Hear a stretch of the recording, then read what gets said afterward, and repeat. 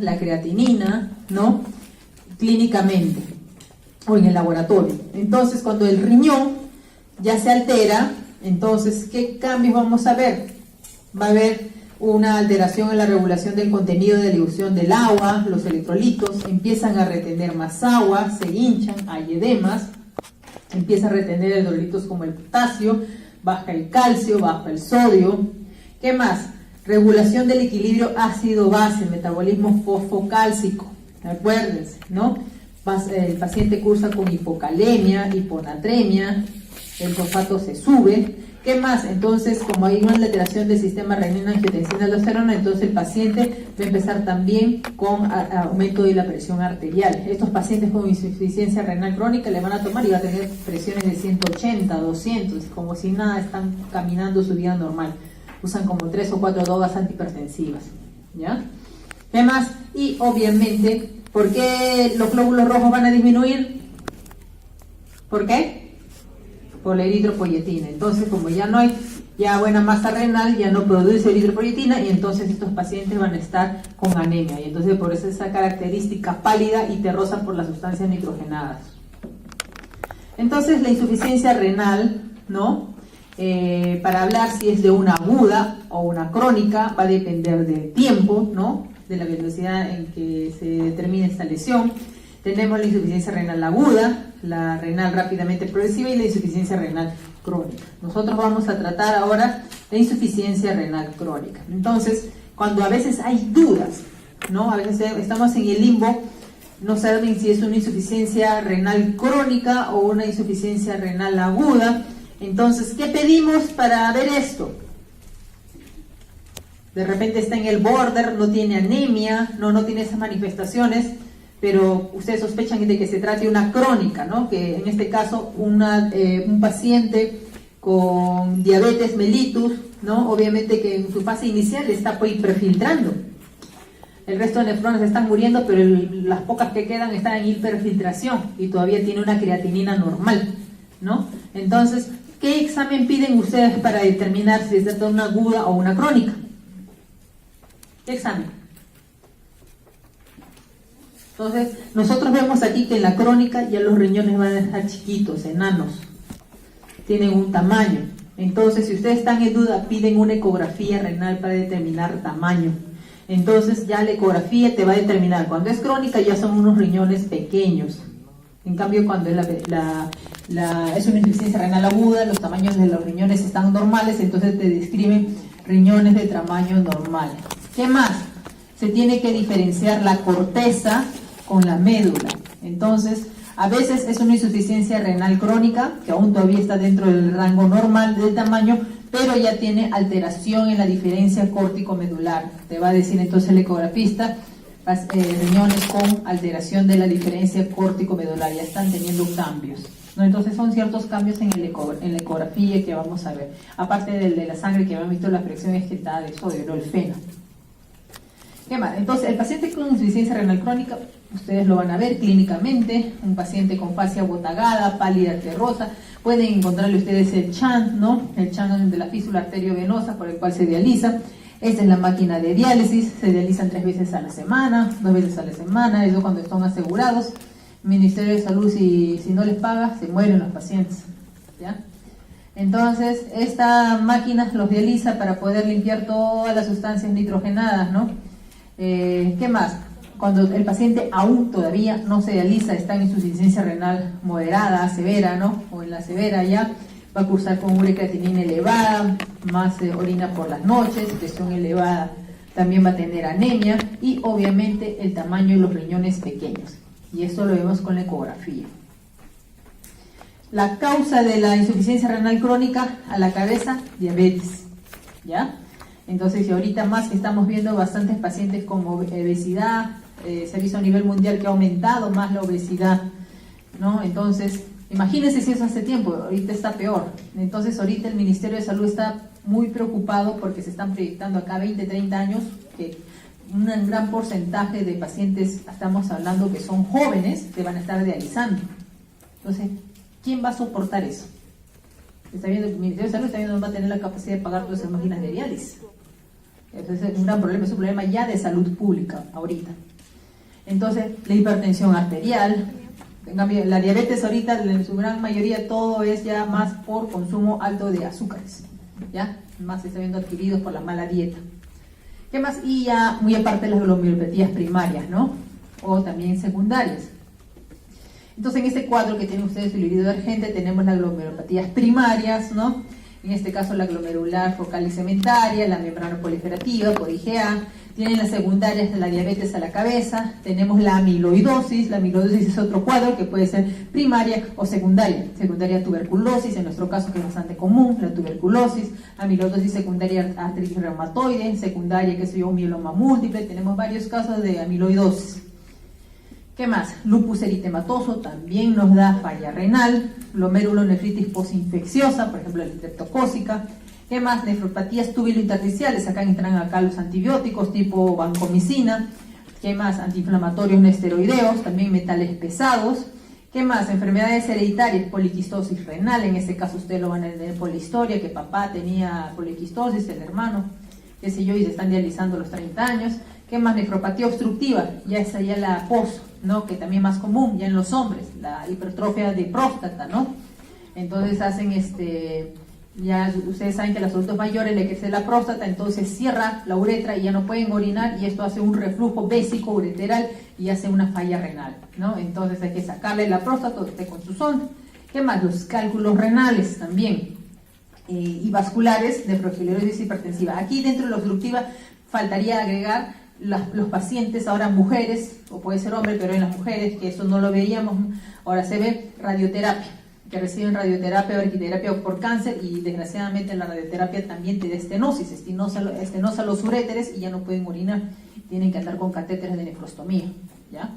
Entonces son las diferentes complicaciones que se están viendo, ¿ya? Causas potencialmente reversibles de insuficiencia renal crónica, ¿no? Acá mencionan en este cuadrito hipertensión, estenosis de arteria renal, ¿no? Mieloma múltiple, porque si se diagnostica a tiempo le das tratamiento.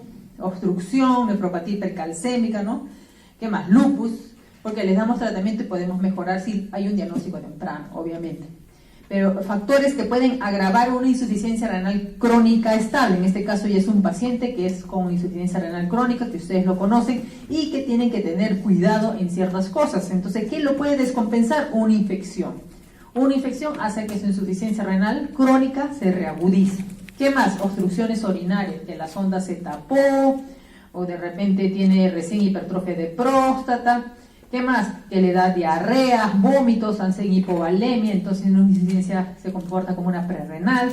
Hipercalcemia, pacientes que tienen cáncer, ¿no?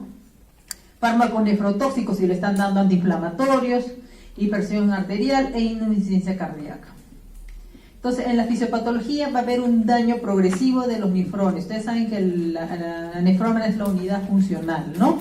Entonces, a este daño va a hacer que el nefrón se vaya haciendo una cicatriz, por eso es que van perdiendo el tamaño, ¿no?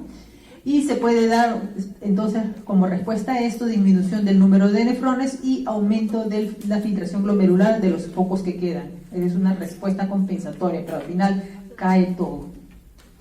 Entonces, las manifestaciones que tenemos, los signos y los síntomas, son de aparición lenta y van, generalmente ya son más clínicos y manifiestos cuando la depuración de creatinina va de 20 a 30, ya no podemos prácticamente ya más nada que hacer.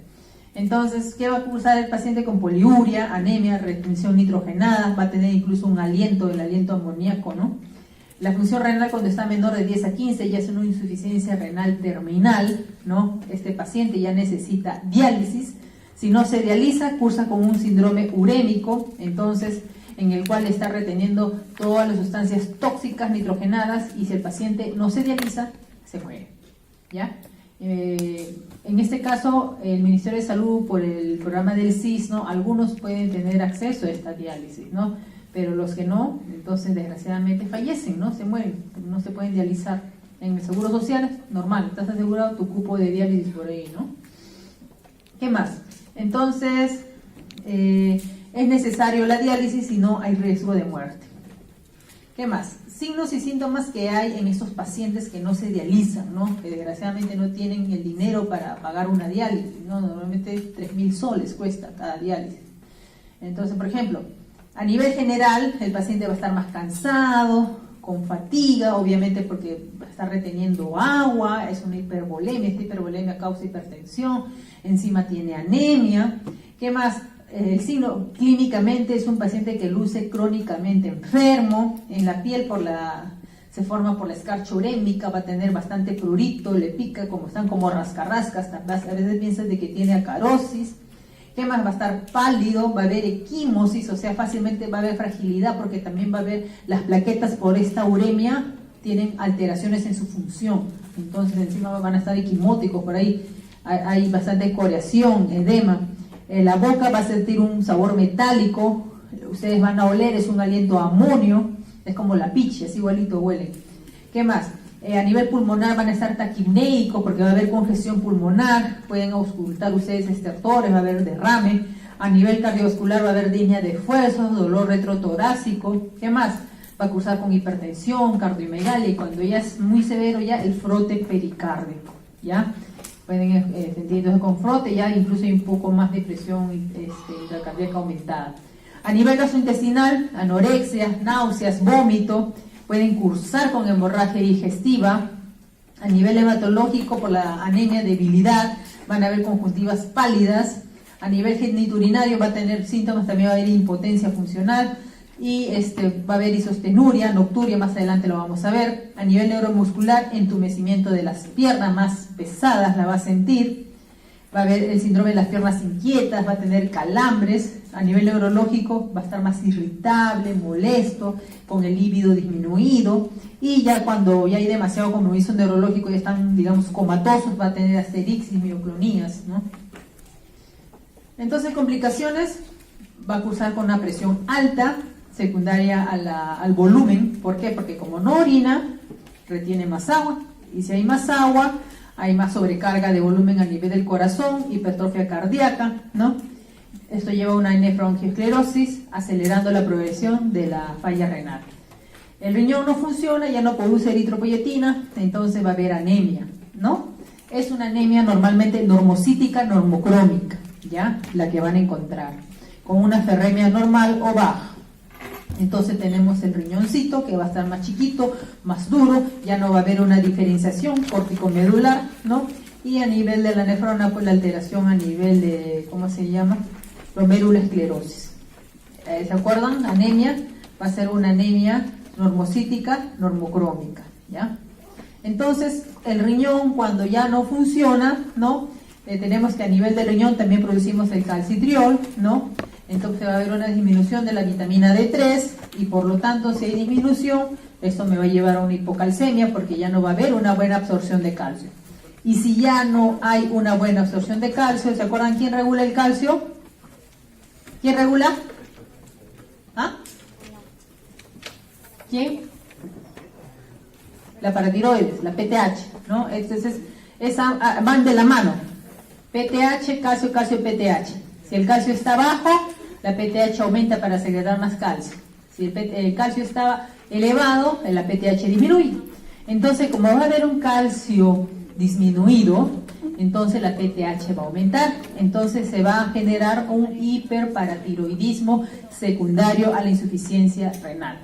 Ya, entonces vamos a ver un hiperparatiroidismo secundario, para que el cuerpo lo hace de una forma compensatoria para regular este calcio. Entonces, para esta calcemia disminuida, entonces, ¿qué hace la PTH? Empieza a actuar a nivel del hueso para causar una demineralización ósea, para sacar calcio y mejorar el calcio de la sangre, pero esto a su vez va a causar alteraciones óseas produciendo una osteomalacia, osteoartritis friosifística y que lleva al final una osteodistrofia renal, ¿no? Entonces el paciente va a estar con que me duele todo el cuerpo, dolor de hueso y fracturas recurrentes. ¿Qué más? Esto, aparte también de la PTH, no solamente hace eso, sino que el fosfato, el fósforo, también va a aumentar. Entonces, y el fósforo alto también es tóxico. Entonces, va a haber una alteración del metabolismo fosfocálcico, ¿ya? Porque el riñón ya no va a producir, ¿no?, el calcitriol, que es la vitamina D3 activa, entonces no va a haber una buena absorción de calcio a nivel intestinal. ¿Qué más? A las alteraciones a nivel del hueso, ¿no? Vamos a ver acá quistes, ¿no? Entonces el paciente va a causar con dolor óseo, fracturas patológicas. ¿Qué más? Va a ver, vimos que el riñón no solamente regula agua, sino también regula electrolitos hidrogeniones. Y una de las principales alteraciones es que ya no va a poder eliminar el ion hidrógeno. Entonces, al no eliminar el ion hidrógeno, vamos a acumular más ion hidrógeno a nivel de la sangre, ¿no? Entonces esto va a llevar a una acidosis. Y entonces, ¿cómo se llama? Para compensar esa acidosis, ¿no? El bicarbonato tiene que mejorar, ¿no? Entonces, cuando ya es algo ya grave, vamos a atender los pacientes con la respiración de Kussmaul. En este caso lo estamos viendo en un paciente con un síndrome urémico, ¿no? Es una respiración profunda. ¿Qué más? Esto de acá va a empeorar la hiperpotasemia, ¿no? Por redistribución, va a inhibir el anabolismo proteico y acelera la descalcificación ósea, ¿no? O sea, no solamente queda allí. Aparte que el paciente va a estar con síntomas generales como anorexia, ¿no? El paciente se va a consumir, va a ser flaco, vamos a encontrar acidosis en el medio interno, va a haber una resistencia a la insulina y obviamente la pérdida de proteínas porque el riñón perdió su capacidad de filtración. Esa malla fina que hace de que no perdamos proteínas ya es una malla rota con huecos, entonces vas a ver proteínas en la orina. Y si pierdes proteínas, las proteínas se acuerdan que son muy importantes para la barrera coloidosmótica y un montón de cosas más, entonces el paciente lo vamos a ver con edemas, con anasarca. Entonces va a haber una disminución del peso corporal en forma general, disminución de la masa muscular, de los niveles de albúmina por la proteinuria, de la transferrina, el colesterol, ¿no? Entonces es una cadena, un dominó, mejor dicho, que ya nadie lo va a parar. ¿Qué más? Entonces va a haber una alteración, va a retener más agua, esto va a hacer que como va a haber más agua, entonces el sodio va a bajar, va a ser un tipo de hiponatremia hipervolémica, se va a retener más el potasio. ¿Qué más? El deterioro de la filtración glomerular va a hacer que la osmolaridad urinaria sea igual que el del plasma, eso se llama isostenuria. ¿Qué más? Entonces esta orina va a ser incapaz de concentrarla, ¿no? Entonces va a ser más agua, entonces por eso tiene poliuria y sobre todo por las noches, ¿no? Va a haber hiperpotasemia, ¿no? Por aumento de secreción a nivel de las nefronas secundarias a la aldosterona, también se va a alterar el sistema de la aldosterona y redistribución de flujo urinario a sus nefrones remanentes.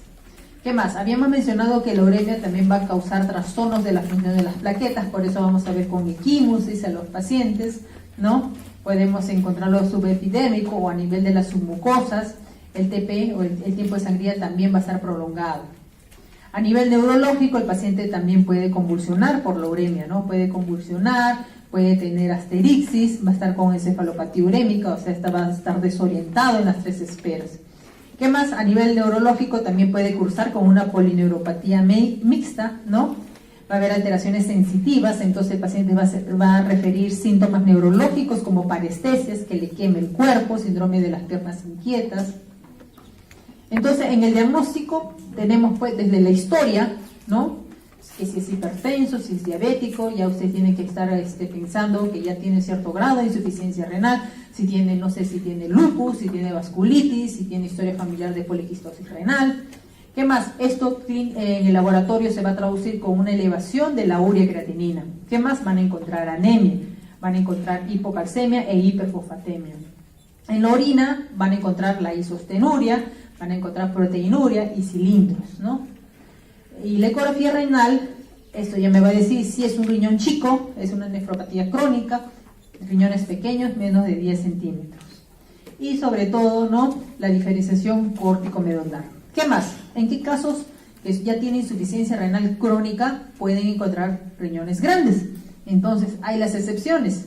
Entonces, tenemos que podemos encontrar un paciente con insuficiencia renal crónica ya, con riñones grandes en pacientes que tienen poliquistosis renal, entonces es que se vea el riñón más grande, o la nefropatía diabética en su fase inicial, o también un paciente que tiene amiloidosis renal, ¿no? Porque la amiloide es una sustancia que rellena.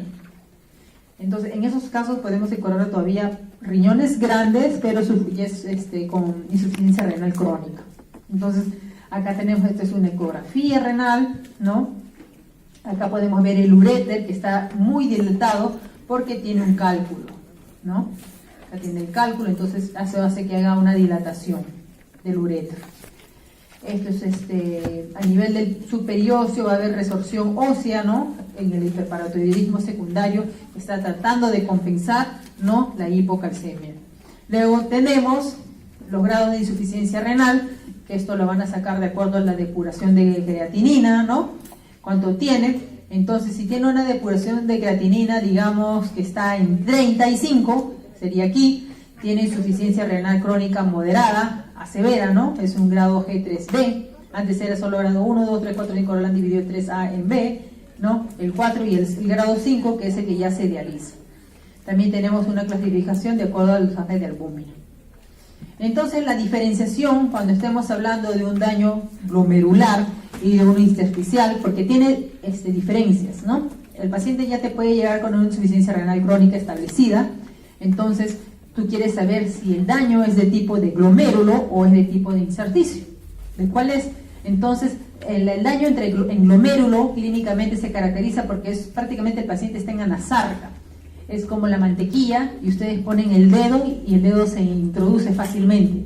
Es un edema marcado, ¿ya? Entonces esa es la diferencia del paciente con daño glomerular al intersticial. Entonces vemos el edema es en anasarca, mientras que a nivel intersticial el edema es poco, no es ese edema característico del daño glomerular. ¿Qué más? La proteinuria a nivel glomerular, estos pacientes tienen más de 3 gramos por día, mientras que el intersticial es menor de 1.5. ¿Qué más? El sodio se puede encontrar normal, ¿no? Mientras que en la intersticial está bajo. ¿Qué más? La anemia es moderada a severa en la glomerular, ¿no? Mientras que en la intersticial está desproporcionada, ¿no? ¿Qué más? La albúmina sérica disminuida por la alta proteinuria y puede cursar el paciente con, ¿cómo se llama? La hipertensión por una sobrehidratación, mientras que en la intersticial es menos común.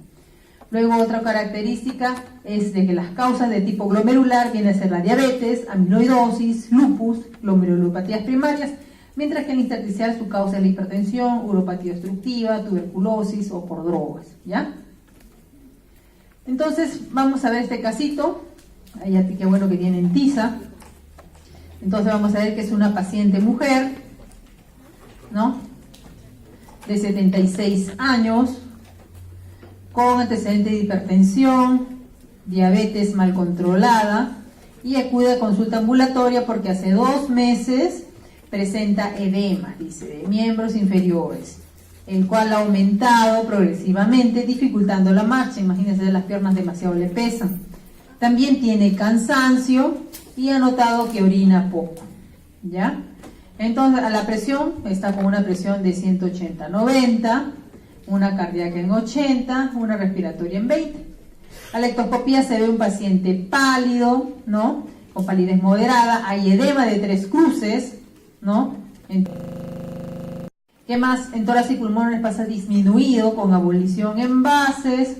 A nivel cardiovascular, los ruidos cardíacos de buena intensidad, los pulsos presentes, abdomen, genitourinario no hay nada y neurológico todavía está.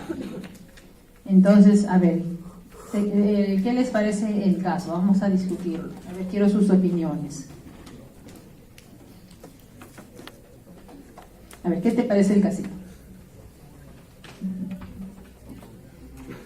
Es una paciente con hipertensión arterial, diabetes mellitus, de edad mujer y de 76 años. La diabetes mellitus está mal controlada, que hace 2 meses presenta edema, o sea que quiere decir que es algo crónico.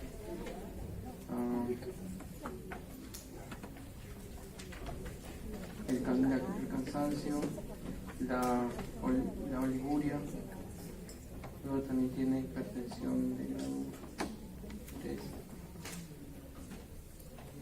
frecuencia cardíaca normal, respiratoria, la palidez moderada, que puede ser tipo anémico. Si yo le hago la pregunta, por ejemplo, ¿es aguda o es crónica? Aguda, no sé. ¿Es una insuficiencia renal aguda o crónica? ¿Qué piensa? Crónico. ¿Por qué? ha pasado el tiempo.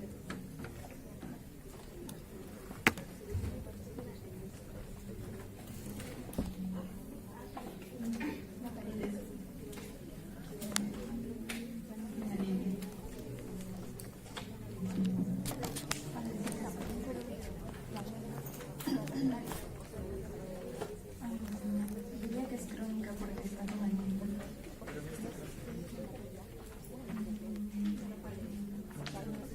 ¿Por qué diría que es aguda? Porque es crónica. Yo diría que es crónica porque además tiene los antecedentes de diabetes, por lo cual ha habido un continuo daño de renal y eso puede ocasionar una insuficiencia renal. Y si yo diría que es solamente una mujer de 76 años que viene por náuseas y vómitos, intolerancia oral y que está con diarrea más de 15 veces al día hace 2 días, ¿qué dirías? ¿Agudo o crónico? O sea, si no tiene los antecedentes que ya marcan la cronicidad, sería agudo. Porque tiene náuseas, vómitos, pero no me está diciendo nada más.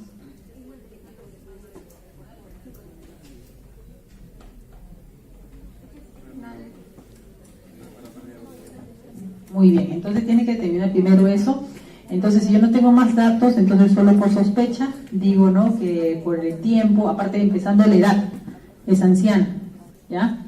La hipertensión, la diabetes mal controlada, ¿no? Y ya viene por síntomas, ya, por ejemplo, ya tiene 2 meses, ya 2 meses porque eso recién se da cuenta de los edemas, pero esto ha sido desde hace mucho tiempo ya, ¿no? Y ya tiene el cansancio, la palidez. ¿Cuándo digo que es oliguria? ¿Cuándo digo que es anuria? Entonces, algunos consideran 50 cc incluso. Ya, entonces dice, ya orina poco, entonces ya no está diciendo que puede estar con rangos oligúricos. Y vemos, ¿no?, que la presión ya está en una presión de 180/90, que ese puede ser su basal de la señora, que está tranquila, no está taquicárdica, ¿no? Está pálida, hay edemas, ¿no? Y vemos que no solamente el edema es en miembros inferiores que lo estamos viendo. ¿Dónde más tiene agua que se está viendo?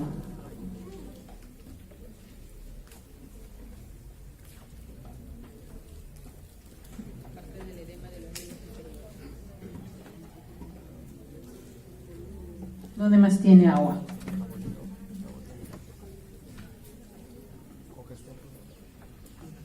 Está haciendo un edema pulmonar porque te mencionan que tiene hemorroide vesicular, hemorroide en el piso disminuido y abolido en base. Ya, entonces hay que tener cuidado con, digamos, edema pulmonar, ¿ya?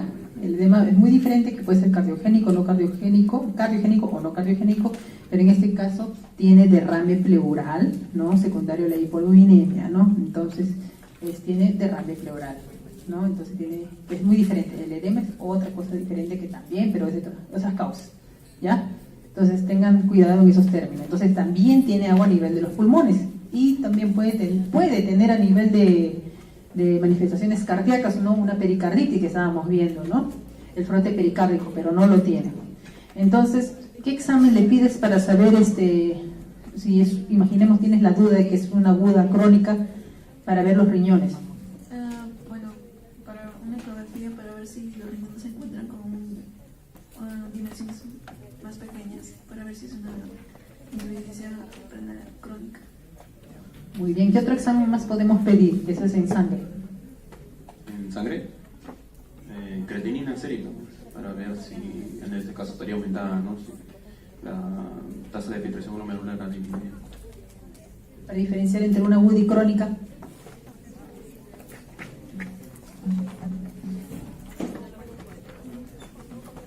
Ahí para cuando vean esa clase, ¿ya? Vamos a ver entonces, ya tienen claro esto. Entonces el paciente está, ¿no?, con su síndrome de insuficiencia renal, en este caso la causa es mixta, una nefroangioesclerosis hipertensiva y una glomerulopatía, una nefropatía diabética. Y encima también podemos agregar la edad. Entonces la paciente debe tener un componente mixto de insuficiencia renal. Entonces hay que calcularle la depuración de creatinina. ¿Cómo calculan la depuración de creatinina? Ya, ¿cuánto es? Eso también se lo tienen que saber de memoria. 140 menos la edad, 76 por peso que pese 50 kilos, entre 72 por la creatinina sérica, pongan que tenga una creatinina en 2 y 0.85 si es mujer. Entonces con eso están calculando cuánto tiene depuración de creatinina. ¿Qué más? A veces va a haber casos en el cual la urea va a estar mucho más elevada que la creatinina, ¿no? Esa es la disociación urea-creatinina que a veces tenemos. Por ejemplo, ¿cuánto es la relación de urea-creatinina? ¿Han visto relación urea-creatinina? Normalmente la relación urea-creatinina es 1:40. ¿Ya? Si tiene 1 de creatinina, tiene 40 de urea, en promedio de la relación. Entonces imaginemos que tiene 1 de creatinina y la urea está en 80 o está en 100. Entonces esa es la disociación urea-creatinina. ¿Y en qué casos ven? Elevación de urea. En pacientes que están sangrando, ¿ya? Que son otros casos que tienen que ver ahí. Entonces lean eso. Ahora vamos a ver insuficiencia en la complicación de, ¿cómo se llama?, de la falla renal.